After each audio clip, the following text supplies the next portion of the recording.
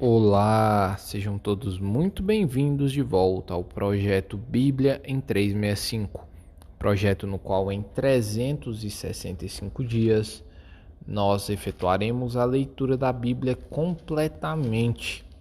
E hoje, dia 13 de maio de 2022, o capítulo inicial é Primeiro Livro de Samuel, capítulo 14.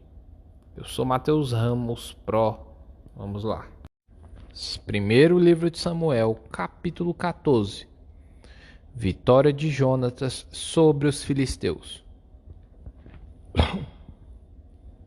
Sucedeu que, um dia, disse Jonatas, filho de Saul, ao seu jovem escudeiro: Vem, passemos à guarnição dos filisteus, que está do outro lado. Porém, não o fez saber a seu pai. Saul se encontrava na extremidade de Gibeá, debaixo da romeira em Migron. E o povo que estava com ele eram cerca de 600 homens. Aías, filho de Aitube, irmão de Cabô, filho de Finéias, filho de Eli, sacerdote do Senhor em Siló, trazia a estola sacerdotal. O povo não sabia que Jonatas tinha ido. Entre os desfiladeiros pelos quais Jonatas procurava passar à guarnição dos filisteus, deste lado havia uma penha íngreme e do outro outra. Uma se chamava Bozés, a outra Sené. Uma delas se erguia ao norte, defronte de Micmas, a outra ao sul, defronte de Geba. Disse, pois, Jonatas ao seu escudeiro: Vem, passemos à guarnição destes incircuncisos. Porventura, o Senhor nos ajudará nisto, porque para o Senhor nenhum impedimento há que de livrar com muitos ou com poucos. Então o seu escudeiro lhe disse: Faze tudo segundo inclinar o teu coração. Eis-me aqui contigo, à tua disposição será a minha alma. Disse, pois, Jonatas: Eis que passaremos àqueles homens e nos daremos a conhecer a eles. Se nos disserem assim: Parai até que cheguemos a vós outros, então ficaremos onde estamos e não subiremos a eles. Porém, se disserem: Subi a nós, então subiremos, pois o Senhor nos entregou nas mãos. Isto nos servirá de sinal. Dando-se, pois, ambos a conhecer a guarnição dos filisteus, disseram estes: Eis que já os hebreus estão saindo dos buracos em que se tinham escondido. Os homens da guarnição responderam a Jonatas e ao seu escudeiro e disseram: Subi a nós, e nós vos daremos uma lição. Disse Jonatas ao escudeiro: Sobe atrás de mim, porque o Senhor os entregou nas mãos de Israel. Então trepou Jonatas de gatinhas e o seu escudeiro atrás. E os filisteus caíram de diante de Jonatas, e o seu escudeiro os matava atrás dele. Sucedeu esta primeira derrota, em que Jonatas e o seu escudeiro mataram perto de 20 homens em cerca de meia geira de terra. Houve grande espanto no arraial, no campo e em todo o povo. Também a mesma guarnição e os saqueadores tremeram, e até a terra se estremeceu. E tudo passou a ser um terror de Deus. Olharam as sentinelas de Saul em Gibeá de Benjamim, e eis que a multidão se dissolvia, correndo uns para cá, outros para lá. Então disse Saul ao povo que estava com ele: Ora, contai e vede quem é que saiu dentre nós. Contaram, e eis que nem Jonatas nem o seu escudeiro estava ali. Saul disse a Aías: traze aqui a arca de Deus, porque naquele dia ela estava com os filhos de Israel. Enquanto Saul falava ao sacerdote, o alvoroço que havia no arraial dos filisteus crescia mais e mais, pelo que disse Saul ao sacerdote: desiste de trazer a arca. Então Saul e todo o povo que estava com ele se ajuntaram e vieram à peleja. E a espada de um era contra o outro, e houve muito grande tumulto. Também com os filisteus dantes havia hebreus, que subiram com eles ao arraial. E também estavam com Saul e Jonatas. E também estes se ajuntaram com israelitas, que estavam com Saul e Jonatas. Ouvindo, pois, todos os homens de Israel, que se esconderam pela região montanhosa de Efraim, que os filisteus fugiram, também os perseguiram de perto na peleja. Assim, livrou o Senhor a Israel naquele dia, e a batalha passou além de Bet-Aven. O voto de Saul. Versículo 24. Estavam os homens de Israel angustiados naquele dia, porque Saul conjurara o povo, dizendo: maldito o homem que comeu pão antes de anoitecer, para que me vingue de meus inimigos. Pelo que todo o povo se absteve de provar pão. Todo o povo chegou a um bosque onde havia mel no chão. Chegando o povo ao bosque, eis que corria mel. Porém ninguém chegou a mão à boca, porque o povo temia a conjuração. Jonatas, porém, não tinha ouvido quando seu pai conjurara o povo, e estendeu a ponta da vara que tinha na mão e a molhou no favo de mel.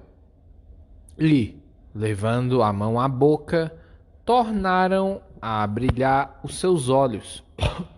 Então respondeu um do povo: teu pai conjurou solenemente o povo e disse: maldito o homem que, hoje, comer pão. Estava exausto o povo. Então disse Jonatas: meu pai turbou a terra. Ora, vede como brilham os meus olhos por ter eu provado um pouco deste mel. Quanto mais se o povo hoje tivesse comido livremente do que encontrou do despojo dos seus inimigos. Porém, desta vez não foi tão grande a derrota dos filisteus. Feriram, porém, aquele dia aos filisteus, desde Micmais até Aijalon. O povo se achava exausto em extremo, e, lançando-se ao despojo, tomaram ovelhas, bois e bezerros, e os mataram no chão, e os comeram com sangue. Disto informaram a Saul, dizendo: eis que o povo peca contra o Senhor, comendo com sangue. Disse ele: procedestes aleivosamente. Rolai para aqui, hoje, uma grande pedra. Disse mais Saul: espalhai-vos entre o povo e dizei-lhe: cada um me traga o seu boi e a sua ovelha, e matai-os aqui e comei, e não pequeis contra o Senhor, comendo com sangue. Então todo o povo trouxe de noite, cada um o seu boi de que já lançara mão, e os mataram ali. Edificou Saul um altar ao Senhor. Este foi o primeiro altar que lhe edificou. Jonatas salvo pelo povo. Versículo 36. Disse mais Saul: desçamos esta noite no encalço dos filisteus e despojemo-los até o raiar do dia. Não deixemos de resto um homem sequer deles. E disseram: faze tudo o que bem te parecer. Disse, porém, o sacerdote: cheguemo-nos aqui a Deus. Então consultou Saul a Deus, dizendo: descerei no encalço dos filisteus, entregá-los nas mãos de Israel? Porém, aquele dia Deus não lhe respondeu. Então disse Saul: chegai-vos para aqui, todos os chefes do povo, informai-vos e vede qual o pecado que hoje se cometeu. Porque tão certo como vive o Senhor, que salva a Israel, ainda que com meu filho Jonatas esteja a culpa, seja morto. Porém nenhum de todo o povo lhe respondeu.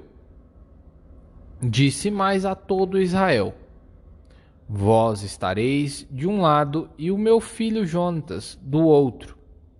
Então disse o povo a Saul: faze o que bem te parecer. Falou, pois, Saul ao Senhor, Deus de Israel: mostra a verdade. Então Jonatas e Saul foram indicados por sorte, e o povo saiu livre. Disse Saul: lançai a sorte entre mim e Jonatas, meu filho. E foi indicado Jonatas. Disse então Saul a Jonatas: declara-me o que fizeste. E Jonatas lhe disse: tão somente provei um pouco de mel com a ponta da vara que tinha na mão. Eis-me aqui, estou pronto para morrer.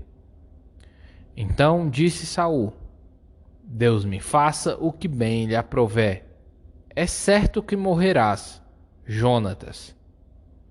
Porém o povo disse a Saul: morrerá Jonatas, que efetuou tamanha salvação em Israel? Tal não suceda. Tão certo como vive o Senhor, não lhe há de cair no chão um só cabelo da cabeça. Pois foi com Deus que fez isso hoje. Assim, o povo salvou a Jonatas, para que não morresse. E Saul deixou de perseguir os filisteus, e estes se foram para a sua terra. Tendo Saul assumido o reinado de Israel, pelejou contra todos os seus inimigos em arredor, contra Moabe, os filhos de Amon e Edom, contra os reis de Zobá e os filisteus, e para onde quer que se voltava era vitorioso. Ouve-se varonilmente e feriu os amalequitas e libertou a Israel das mãos dos que os saqueavam. Os filhos de Saul eram Jonatas, Isvi e Malquizua. Os nomes de suas duas filhas eram o da mais velha, Merabe, o da mais nova, Mical. A mulher de Saul chamava-se Ainoã, filha de Aimaas. O nome do general do seu exército, Abner, filho de Ner, tio de Saul. Quis era pai de Saul, e Ner, pai de Abner, era filho de Abiel. Por todos os dias de Saul houve forte guerra contra os filisteus, pelo que Saul a todos os homens fortes e valentes que via, os agregava a si. João capítulo 7, versículos 25 ao 53. Os guardas mandados para prender Jesus. Diziam alguns de Jerusalém: Não é este aquele homem a quem procuraram matar? Eis que ele fala abertamente e nada lhe dizem. Porventura, reconhecem verdadeiramente as autoridades que este é, de fato, o Cristo? Nós, todavia, sabemos de onde este é. Quando, porém, vier o Cristo, ninguém saberá de onde ele é. Jesus, pois, enquanto ensinava no templo, clamou, dizendo: Vós não somente me conheceis, mas também sabeis de onde eu sou. E não vim porque eu, de mim mesmo, o quisesse, mas aquele que me enviou é verdadeiro, aquele a quem vós não conheceis. Eu o conheço, porque venho da parte dele e fui por ele enviado. Então procuravam prendê-lo, mas ninguém lhe pôs a mão, porque ainda não era chegada a sua hora.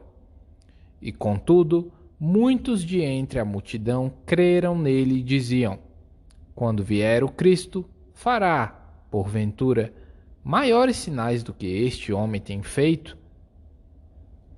Os fariseus, ouvindo a multidão a murmurar estas coisas a respeito dele, juntamente com os principais sacerdotes, enviaram guardas para o prenderem. Disse-lhes Jesus: Ainda por pouco tempo estou convosco, e depois irei para junto daquele que me enviou. Haveis de procurar-me e não achareis. Também aonde eu estou, vós não podeis ir. Disseram, pois, os judeus uns aos outros: Para onde irá este que não o possamos achar?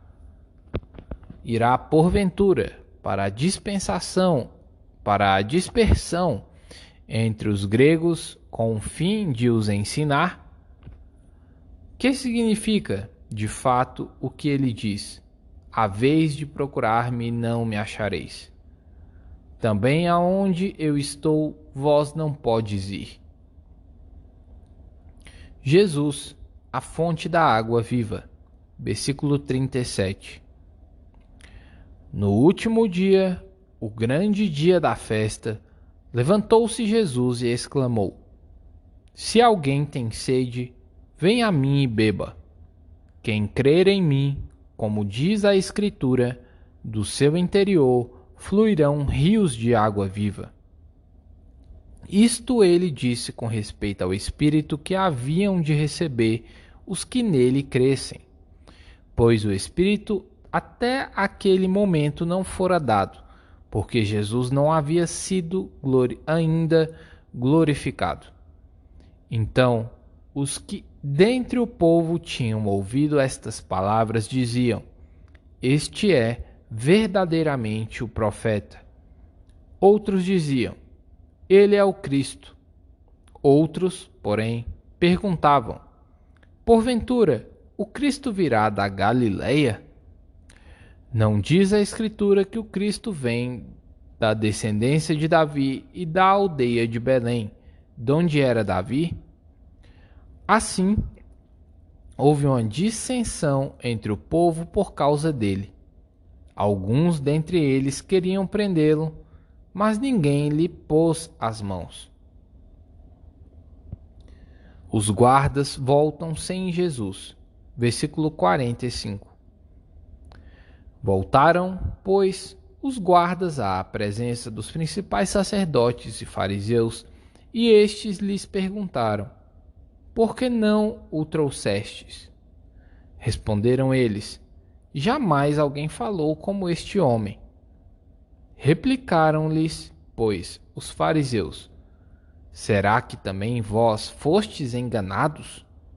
Porventura creu nele alguém dentre as autoridades ou algum dos fariseus? Quanto a esta plebe que nada sabe da lei, é maldita.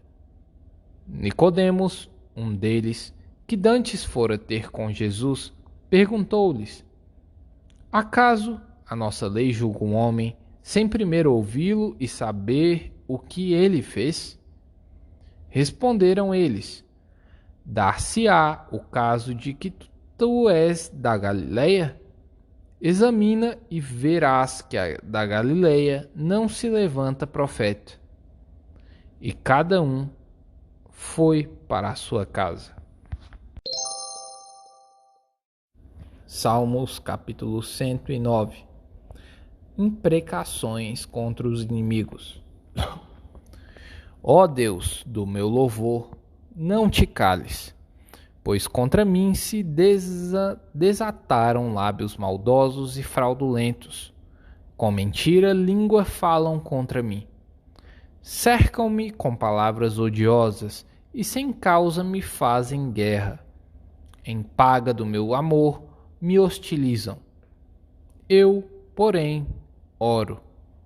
Pagaram-me o bem com o mal, o amor com ódio.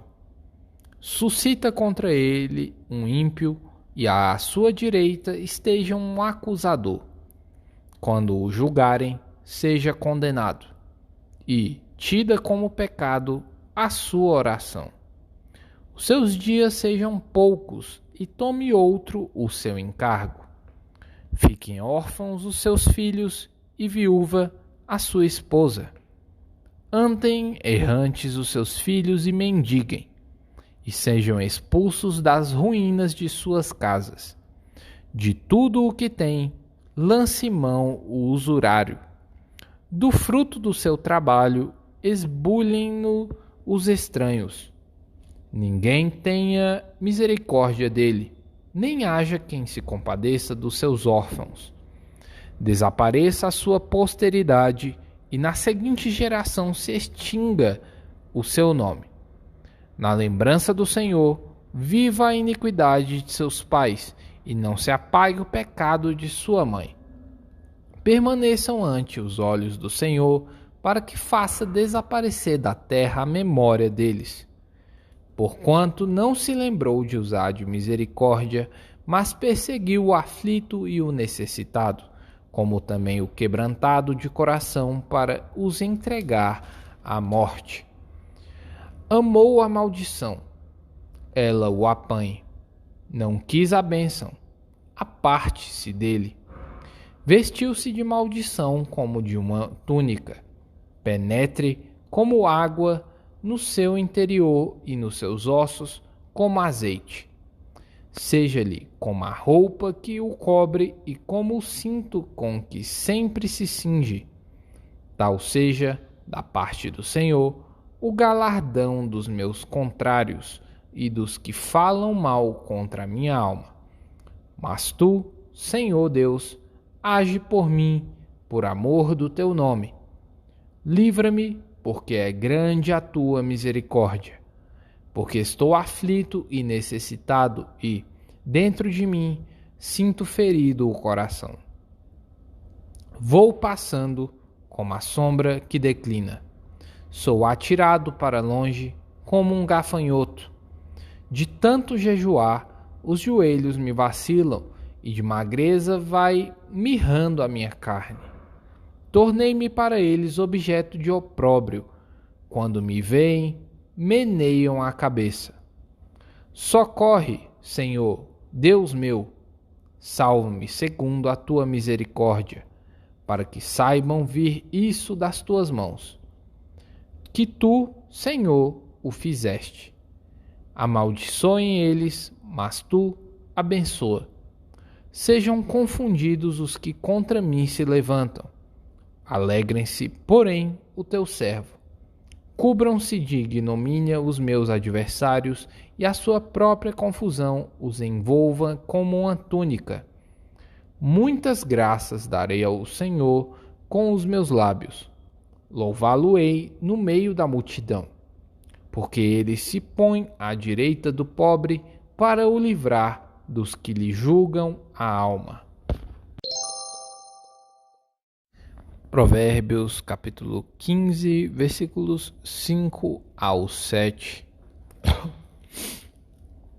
O insensato despreza a instrução de seu pai, mas o que atende à repreensão consegue a prudência. Na casa do justo há grande tesouro, mas na renda dos perversos há perturbação. A língua dos sábios derrama o conhecimento, mas o coração dos insensatos não procede assim. E aí, mais um belíssimo episódio, hoje dia 13 de maio de 2022. Quero saber de você, que você manifeste escrevendo aqui nos comentários. Para de preguiça. Qual foi a parte que mais te tocou neste episódio? Mais belíssimo episódio. Tá bom? Coloca aqui pra mim. E pros outros que vão ver, você pode ser uma inspiração. Pode clarificar a mente de muitos. Lesh Lehar.